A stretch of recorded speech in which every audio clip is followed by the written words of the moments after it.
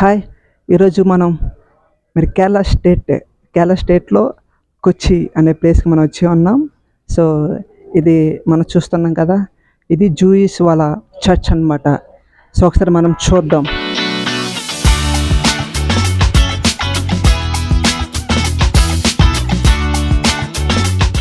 చూస్తారు కదా చర్చ్ అంతా.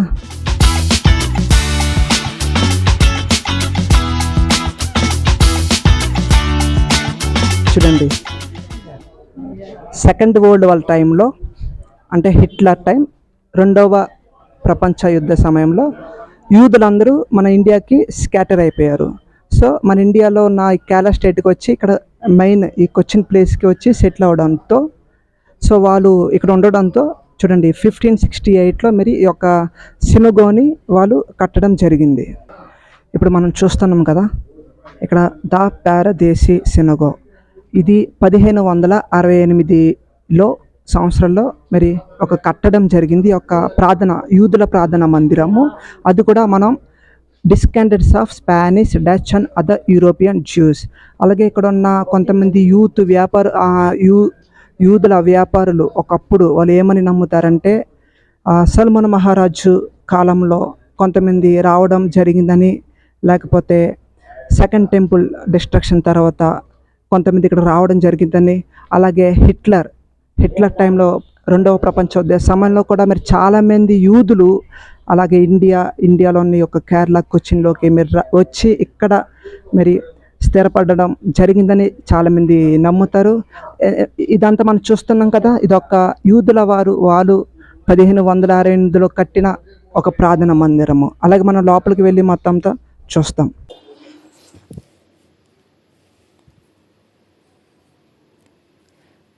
క్రీస్తు పూర్వం 992 నుండి 952 ఆ సంవత్సరంలో సల్మాన్ మహారాజు గారి రాజ్యం, అలాగే మన భారతదేశంలోని యొక్క మలబార్ కోస్ట్ యొక్క ప్రాంతం, కేరళ కొచ్చిన్ యొక్క ప్రాంతం ఒక మధ్య వాణిజ్య వ్యాపారం జరిగేది. మన భారతదేశం నుండి సల్మాన్ మహారాజు గారి రాజ్యంకు ఇక్కడ నుంచి టేకు, అలాగే సుగంధ ద్రవ్యాలు, అలాగే గంధపు చెక్క, అలాగే మరియు నెమళ్ళు మన భారతదేశం నుండి సల్మాన్ మహారాజు గారి రాజ్యంకి ఎగుమతి చేయడం జరిగేది. ఇంకోటి ఏమిటంటే, బైబిల్ ప్రకారంగా భారతదేశంకి ఏం పేరు పెట్టడం జరిగిందంటే ఓదు అని పేరు పెట్టడం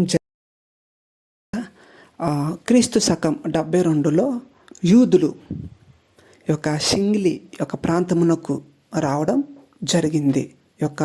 ఇక్కడ ల్యాండ్ అవ్వడం జరిగింది. మనం చూస్తున్నాం కదా ఫోటోలు చూడండి, ఇవన్నీ పెయింట్తో వేసిన ఫొటోస్ అన్నమాట.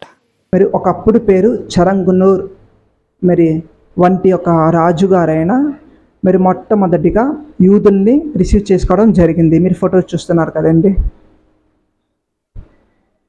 నెక్స్ట్ చూడండి, మరి ఒకప్పుడు ఎలాగైతే యూదుల్ని ఏ విధంగా రిసీవ్ చేసుకోవడం మనం ఫొటోస్ ద్వారా మనం చూస్తున్నామో మనకు కనబడుతుంది.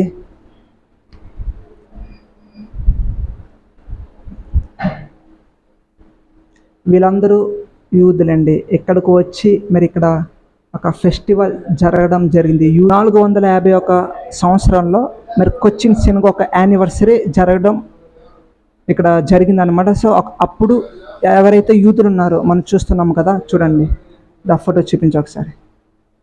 వీళ్ళందరూ ఇక్కడికి వచ్చి ఒక ఫెస్టివల్, ఒక యానివర్సరీ చేసుకోవడం జరిగింది. చూస్తున్నారు కదా, 1568 to 2018 on 6/12/2018 458th anniversary of Cochin synagogue. Okay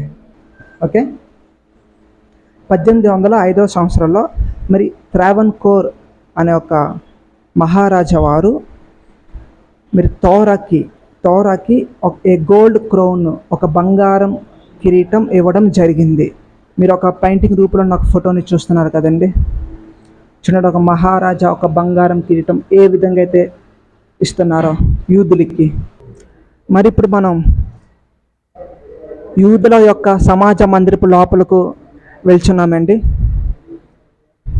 ఇప్పుడు మీరు చూస్తున్నారు, మీకు కనిపిస్తుందంతా మరి జూయిష్ సినగో. చూడండి ఏ విధంగా ఉందో, ఏ విధంగా వాళ్ళు నిర్మించడం జరిగిందో ఈ యొక్క సమాజపు మందిరపు. చూడండి ఇక మందిరపు లోపల ఏ విధంగా అయితే వాళ్ళు చక్కగా అలంకరించడం జరిగిందో. అంటే ఈ యొక్క మందిరము ఏ విధంగా కట్టారంటే వాళ్ళకున్న ఆచారము ప్రకారంగా, అంటే యూదులకున్న ఒక ఆచారము ప్రకారంగా, మరి పద్ధతి ప్రకారంగా మరి యెరూషలేము వైపుకు కట్టడం జరిగింది. మీరు ఇది చూస్తున్నారు కదండి, ఇక్కడ ప్రతి శనివారం అంటే సాబత్ మరి యూదుల వారు ఎప్పుడంటే మరి వాళ్ళు ఇక్కడికి వచ్చి వాళ్ళక పెంటటుక్ తోర, మరి మన బైబిల్లో ఉన్న ఒక ముందు 5 పుస్తకాలు 5 బుక్స్ తోర ఇక్కడికి వచ్చి మరి ఒక యూదుల ఒక నాయకుడు, వాళ్ళ నాయకుడు ఒక మధ్యలో నిలబడి ప్రీచ్ చేస్తారనమాట, బోధిస్తారనమాట. ఎంతమంది అయితే అప్పుడు యూదులు మరి గ్యాదర్ అవుతారో వాళ్ళకి ఆయన బోధించడం జరుగుతుంది ఇందులోకి. అయితే మనమైతే మరి ఇందులోకి ఎక్కకూడదు. చూడండి చూస్తున్నారు కదా,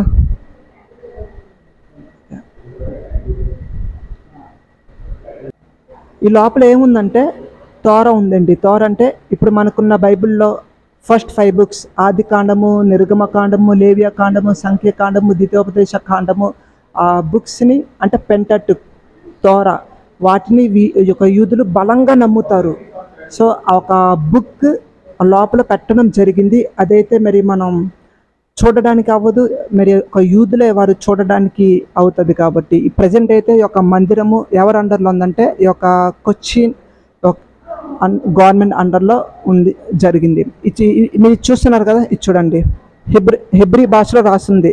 ఇది చూస్తే మీకు అర్థమవుతుంది. మరి మౌంట్ సినాయి పర్వతం మీద మరి దేవుడైన యెహోవా గారు మోషే గారి చేత మరి 10 ఆజ్ఞలు 10 కమాండ్మెంట్స్ రాయించడం జరుగుతుంది. చూసారా, మనం చూస్తాము నిర్గమ కాండము 20వ అధ్యాయము 2వ వచనం నుండి 17వ వచనాల వరకు. అది హెబ్రీ భాషలో ఉందండి.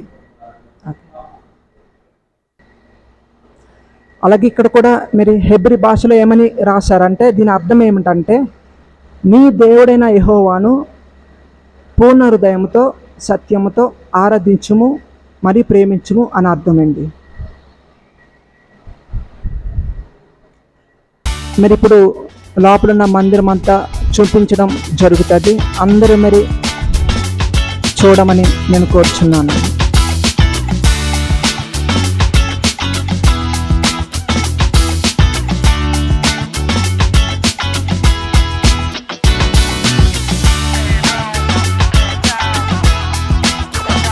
ఇప్పుడు మీరు కింద ఒక టైల్స్ కనిపిస్తున్నాయి కదండి, ఈ టైల్స్కి చాలా చరిత్ర అయితే ఉంది. ఈ యొక్క టైల్స్ 250 సంవత్సరాల పాతబడిన ఒక టైల్స్ అంటండి, అంటే 250 years ఓల్డ్. అలాగే ఈ యొక్క టైల్స్ పైన మీకు హ్యాండ్ పైన కనిపిస్తుంది కదండి, ఒక్కొక్క టైల్లో డిఫరెంట్ కలర్, అన్ని టైల్స్లో సేమ్ కలర్ కాకుండా ఒక్కొక్క టైల్లో డిఫరెంట్ కలర్ ఒక డిజైన్తో వాళ్ళు ఒక తయారు చేయడం జరిగింది. అంటే 250 years ఓల్డ్ అన్నమాట, 250 సంవత్సరాల.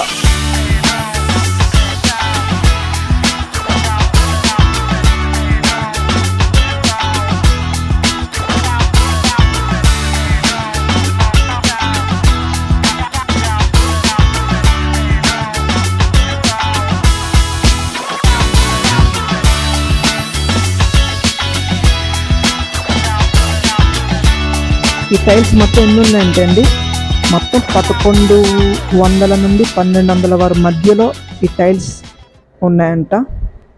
అన్ని టైల్స్ అయితే పెట్టడం జరిగింది. ఒక్కొక్క టైలు ఒక్కొక్క డిఫరెంట్ కలర్ అండి, ఒక్కొక్క రకం.